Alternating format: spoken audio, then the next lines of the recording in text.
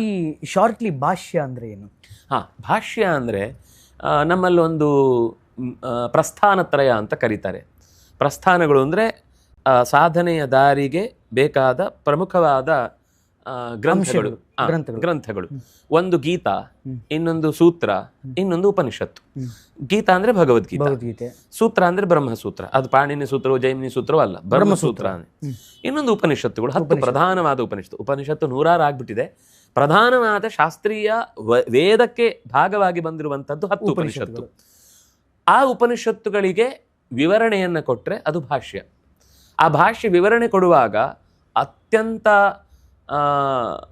ವಿಸ್ತಾರವೂ ಆಗಬಾರ್ದು, ಆದರೆ ಹೇಳಬೇಕಾದ ವಿಷಯದಲ್ಲಿ ಬಿಟ್ಟು ಹೋಗಬಾರ್ದು, ತೂಕ ಇರಬೇಕು. ಅಂತಹ ವಿವರಣೆಗೆ ಭಾಷ್ಯ ಅಂತ ಕರೀತಾರೆ. ಅಂದರೆ ಎಲ್ಲರೂ ಆ ಪರಂಪರೆಯಲ್ಲಿ ಬಂದವರು ಆ 3ಕ್ಕೆ ವ್ಯಾಖ್ಯಾನ ಮಾಡಿದಾಗಲೇ ಅವರು ಆಚಾರ್ಯರು ಅಂತ ಅನಿಸಿಕೊಳ್ಳುವುದು. ಗೀತಾ, ಸೂತ್ರ, ಉಪನಿಷತ್ತುಗಳ ಮಿಶ್ರಿತ ಗ್ರಂಥಗಳು, ಅದು ಮೋಕ್ಷಕ್ಕೆ ದಾರಿ ಆಗ್ಬೇಕು. ಇದು ಓದಿದ್ರೆ ಮಾತ್ರನೇ ಅಲ್ಲ, ಇದು 3 ಸೇರಿ ಭಾಷ್ಯ ಅಲ್ಲ.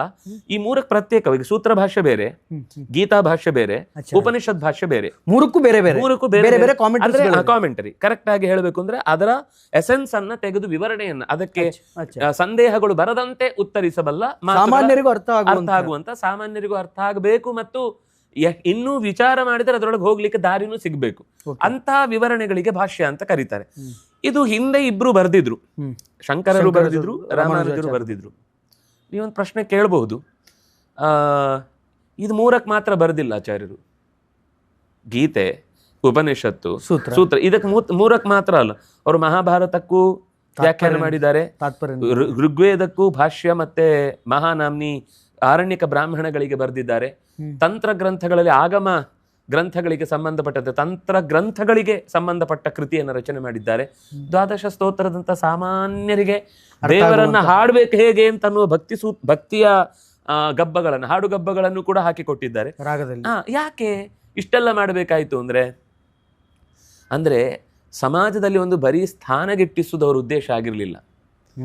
ಒಂದು ಸಮಾಜ ನನ್ನನ್ನು ಆಶ್ರಯಿಸಿದ ಮೇಲೆ ಅವರ ಜೀವನಕ್ಕೆ ಯಾವೆಲ್ಲ ಮುಖದಲ್ಲಿ ಭಗವಂತನನ್ನು ಆರಾಧಿಸಬೇಕು ಅನ್ನುವ ಯೋಚನೆ ಬಂದ್ರು, ಆ ಎಲ್ಲಾ ದಾರಿಯಲ್ಲೂ ಪರ್ಫೆಕ್ಷನ್ ಅನ್ನೋದನ್ನು ಅವರಿಗೆ ಕಾಣುವುದಕ್ಕೆ ಬೇಕಿರುವ ವಿವರಣೆ ನನ್ನಿಂದ ಸಮಾಜಕ್ಕೆ ಸಿಗಬೇಕು. ಅಂದ್ರೆ ಬರೀ ಭಾಷ್ಯವನ್ನ ರಚನೆ ಮಾಡಿದ್ರೆ ಚಾಲೆಂಜ್ ಅಕ್ಸೆಪ್ಟ್ ಮಾಡ್ದಂಗ ಆಗ್ತಿತ್ತು, ಆಚಾರ್ಯರು ಅಂತ ಆಗ್ತಿದ್ರು.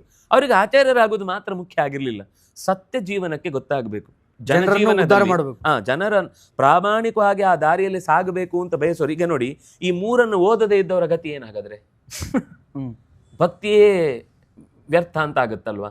ಅಂದ್ರೆ ಪಾಮರರ ಕತೆ ಏನು? ಅದಕ್ಕೋಸ್ಕರ ಕೃಷ್ಣನನ್ನ ಪ್ರತಿಷ್ಠೆ ಮಾಡಿದ್ದು ಅಂತ ಮತ್ತೆ ಮುಂದೆ ಒಂದ್ ಕಡೆ ಹೇಳ್ತಾರೆ. ಸಿದ್ಧಿ ವಿಘ್ನ ಮುಖ ದೋಷ ಭೇಷಜಂ.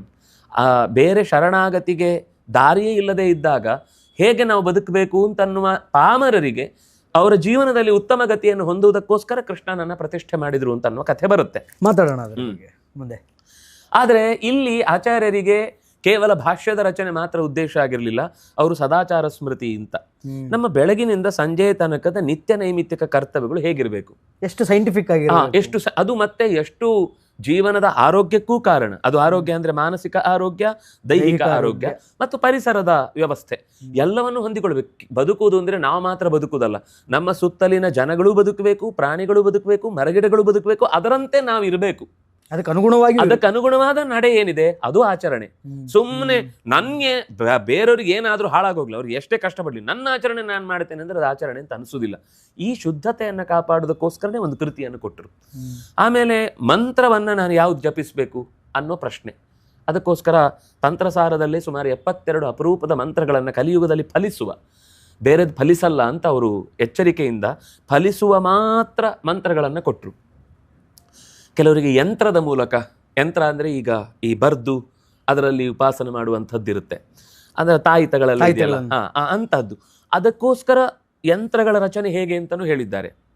ಇನ್ನು ಪ್ರತೀಕಗಳೆಲ್ಲ ಆರಾಧನೆ ಮಾಡೋದಾದರೆ ಪ್ರತೀಕಗಳು ಹೇಗಿರಬೇಕು? ಸುಮ್ಮನೆ ನಮಗೆ ಸಿಕ್ಕಿದ್ದೆಲ್ಲ ಅನಾಟಮಿ ಬ್ರೇಕ್ ಮಾಡಿ ನಾನೇನು ಮಾಡಿದೆ ನೋಡ್ಲಿಕ್ಕೆ ಚಂದ ಆಗ್ಬೋದು, ಆದರೆ ಉಪಾಸನೆಗೆ ಆಗಲ್ಲ. ಉಪಾಸನೆಗೆ ಅದು ನಮ್ಮಂತೆ ಇರಬೇಕು, ಆದರೆ ನಮ್ಮಕ್ಕಿಂತ ಹೆಚ್ಚಿನ ಡಿವಿನಿಟಿ ಕಾಣಬೇಕು. ಅದಕ್ಕೂ ಮ್ಯಾಥಮೆಟಿಕ್ಸ್ ಇದೆ. ಹೌದು, ಅದಕ್ಕೂ ಮ್ಯಾಥಮೆಟಿಕ್ಸ್ ಅನ್ನೋದು ಅದು ಬೇರೆನೇ ಒಂದು ದೊಡ್ಡ ಲೆಕ್ಕಾಚಾರ. ಶಿಲ್ಪಿಗಳು ಆಶ್ಚರ್ಯ ಪಡುವ ಆ ಬದುಕಿನುದ್ದಕ್ಕೂ ಮತ್ತೆ ಯೋಚಿಸಿದ್ರೂ ಯೋಚಿಸ್ಲಿಕ್ಕೆ ಸಿಗುವ ಒಂದು ಕೃತಿ. ಗಣಿತ ಯಾಕೆ ಬೇಕು ಅಂತ ಯೋಚನೆ ಮಾಡಿದ್ರೆ ಇಲ್ಲಿ ಗೊತ್ತಾಗುತ್ತೆ. ಒಂದು ಇಡೀ 96 ಅಂಗುಲ ಎತ್ತರಕ್ಕೆ ಒಂದು ಶರೀರ ಇರುವುದು ಅಂದ್ರೆ ಅದು ನಿಮ್ಮ ಅಂಗುಲ ಬೇರೆ, ನನ್ನ ಅಂಗುಲ ಬೇರೆ. ನನ್ನ ಅಂಗುಲದ 96 ಪಟ್ಟು ನನ್ನ ದೇಹ ಇರಬೇಕು. ನಿಮ್ಮ ಅಂಗುಲದ 90 ಇಲ್ಲ ಅಂದ್ರೆ ನನ್ನ ಅಂಗುಲದಲ್ಲಿ ನಿಮ್ಮ ಲೆಕ್ಕ ಹಾಕಿದ್ರೆ ಕಮ್ಮಿ ಬರುತ್ತೆ. ಅದು ಲೆಕ್ಕ ಆಗುದಿಲ್ಲ. ಇಷ್ಟು ಎಕರಿಸಿ ಕೊಟ್ಟವರು ಆಚಾರ್ಯರು ಮಾತ್ರ. ಇಷ್ಟಕ್ಕೆ ಎಕ್ಸಾಕ್ಟ್ ಅಕ್ಯುರೇಸಿ ಅದು ಎಲ್ಲಿವರೆಗೆ ಅಂದ್ರೆ ನಿಮ್ಮ ಮೂಗಿನ ಈ ಭಾಗದೂ ಲೆಕ್ಕ ಕೊಡ್ತಾರೆ ಅವರು, ಇದೆಷ್ಟು ಇರುತ್ತೆ ಅಂತ, ಇರಬೇಕು ಅಂತ. ಅಂದ್ರೆ ಈ ಉದ್ದ ಹಾಕುವಾಗ ನೀವು ಹೀಗೆ ಉದ್ದಕ್ಕೆ ಲೆಕ್ಕ ಹಾಕಿ ಇದು ಲೆಕ್ಕಕ್ಕೆ ಬರುತ್ತೆ. ಆದ್ರೆ ಇದು ಬಿಟ್ಟನ್ ಲೆಕ್ಕ ಹಾಕ್ಬೇಕಾದದ್ದು ಹೇಗೆ, ಬಿಡದ ಲೆಕ್ಕ ಹಾಕ್ಬೇಕಾದದ್ದು ಹೇಗೆ ಒಂದು ಪ್ರತಿಮೆಯಲ್ಲಿ, ಅದನ್ನೂ ಕೂಡ ನಮಗೆ ಗಮನಕ್ಕೆ ತಂದು ಕೊಡ್ತಾರೆ. ಹೇಗೆ ತಗೊಳ್ಬೇಕು ಅದನ್ನು ಲೆಕ್ಕಾಚಾರ ಅನ್ನೋದು. ಆಮೇಲೆ ಕಣ್ಣು ಉದ್ದ ಇರುವಂತಹದ್ದು, ಕಿವಿ ಭುಜಕ್ಕೆ ತಾಗುವ ಹಾಗೆ ಬರುವಂಥದ್ದು, ಬೆರಳುಗಳು ಅತ್ಯಂತ ನೀಳವಾಗಿರುವಂಥದ್ದು, ಇದೆಲ್ಲ ನಮ್ಮ ಹಾಗೆ ಇದ್ರೂ ನಮ್ಮಕ್ಕಿಂತ ಭಿನ್ನವಾದ ದೈವಿಕತೆಯನ್ನು ಹೊಂದಿರುವ ಒಂದು ಪ್ರತೀಕವನ್ನ ನಿರ್ಮಾಣ ಮಾಡಿ ಅದರಂತೆ ಭಗವಂತ ಇದ್ದಾನೆ. ಅದೇ ಭಗವಂತ ಅಲ್ಲ, ಅದರಂತೆ ಇದ್ದಾನೆ.